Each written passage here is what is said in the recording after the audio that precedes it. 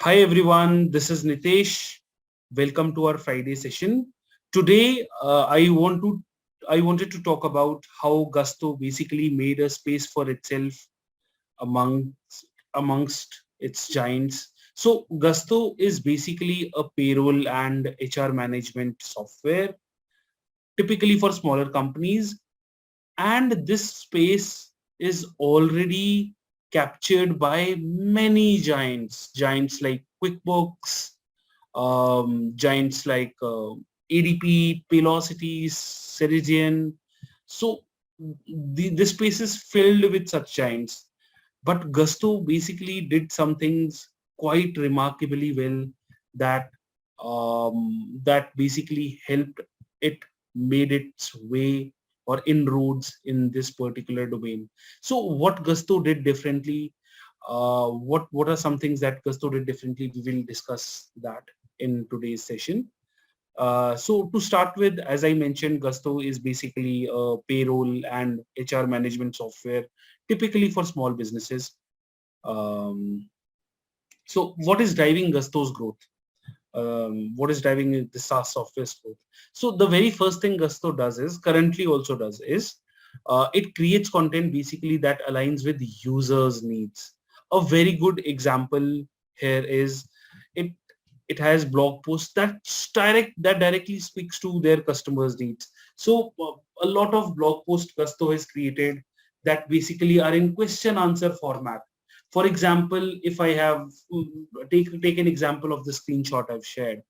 What's California state disability insurance? Now Gusto basically identified questions that people ask a lot on Google, questions related to their product or questions that are in line with their product. Gusto identified those questions. Gusto answered those questions in such a simplistic manner that though it's a blog, it looks like, hey, Gusto is answering this question. And so whenever a person basically searches for such question on Google, Gusto is able to capture that featured snippet column all the time for such questions and thus get traffic. Um, as you go down or basically as you go down and read these articles, you find that Gusto basically then um, Gusto have those call to actions placed at various levels, and Gusto basically uses softwares like Hotjar, heat map softwares. It identifies where its audience is stopping, where it should add um, CTAs, how it should add CTAs, how those CTAs should look like. And so ideally what other SaaS softwares does is they basically run their ad campaigns on Google or third-party software. Gusto run their own ads in a sense that they have their CTAs that look like ads. That hey, you are facing you are facing any difficulty in payroll, or you don't want to pay a cent until you run payroll, you can sign Gusto for free. So this is something you will find. This is such an ad that you will find on Facebook, that you would find on other LinkedIn or Google. But Gusto basically inclined or aligned these ads with their CTAs, such ads with their CTAs, and that basically helped them get clicks when a person is reading their article or when a person is figuring out the answer to a question. For example, if I want to understand, hey, who pays for CAST, I asked this question on Google. Google took me to Gusto's blog. I am reading Gusto's blog. I understand, hey, these people actually know their stuff. Also, they are providing a software that can help me with this particular problem I'm facing. I'll quickly click on that button and try out this software. The other thing that Gusto does is basically so it not only engages or uses its in-house writers, it basically encourages guest blog post like anything. It basically invite people who have high influence over social media, invite them to write a blog, invite them to write anything on their website, on their blog, any around their topic.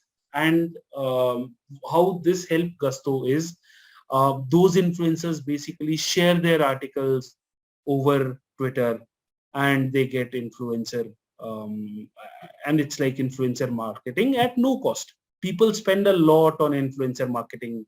They invite influencers, and influencers basically write on their blog because they know that they will get more audience from there. Gusto knows that the followers, once this influencer share the article on his or her social media handle, their followers are going to know more about Gusto. So it's like a win-win situation for both, and that's how basically it works for Gusto in its favor.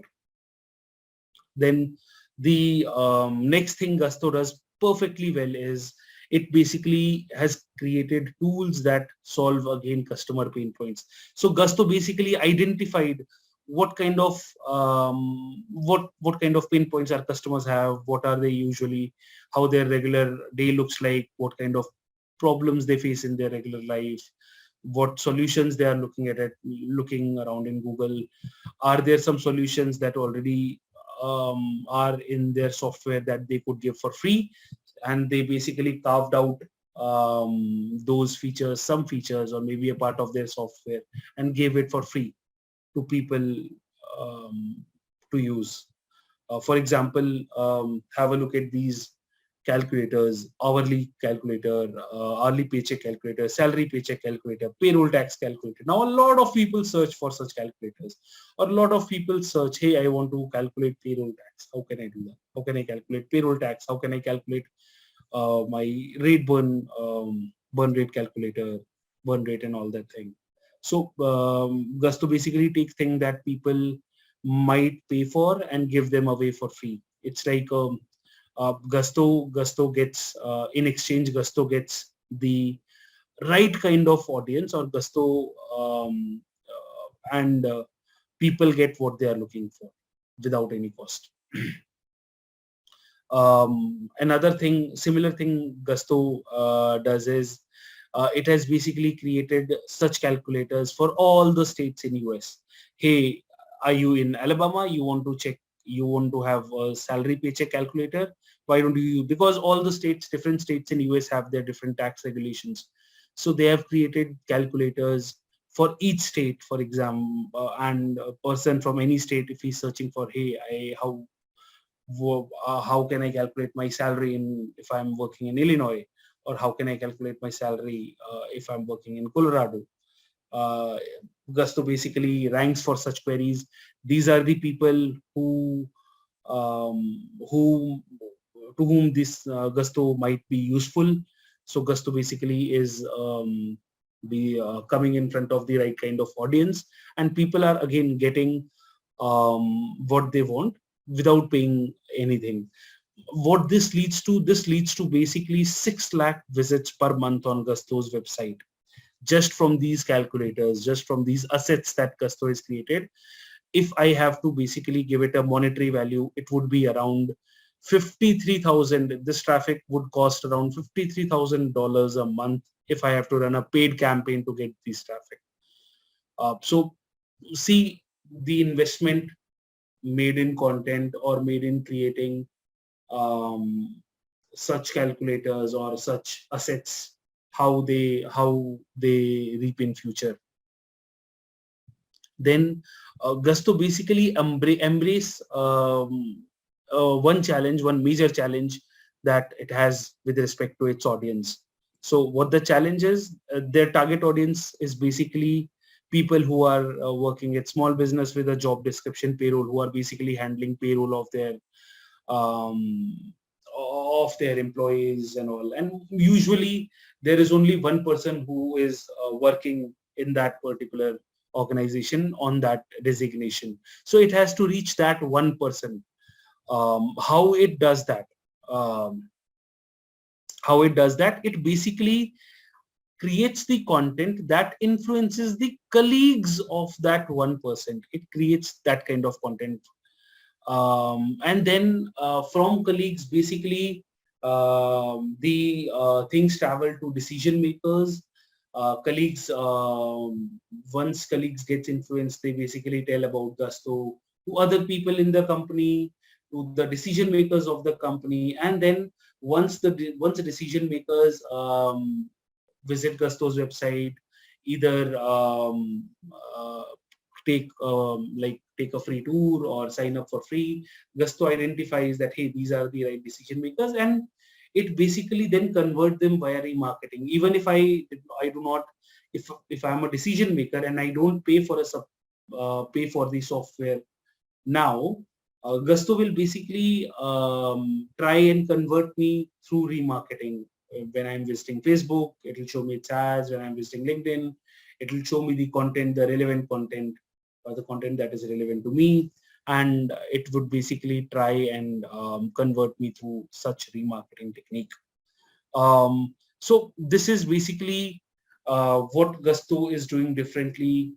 And this is how it is able to make a mark in a space which is highly competitive. Um, I hope you like this. I hope you like this session. I hope this session gave you some key takeaways. In case you have any questions with us, in case you have any questions for us, do let us know in the comments below, and we would be happy to answer those. The overall crux of the story is you should consider content as an investment, which basically will reap benefits in future.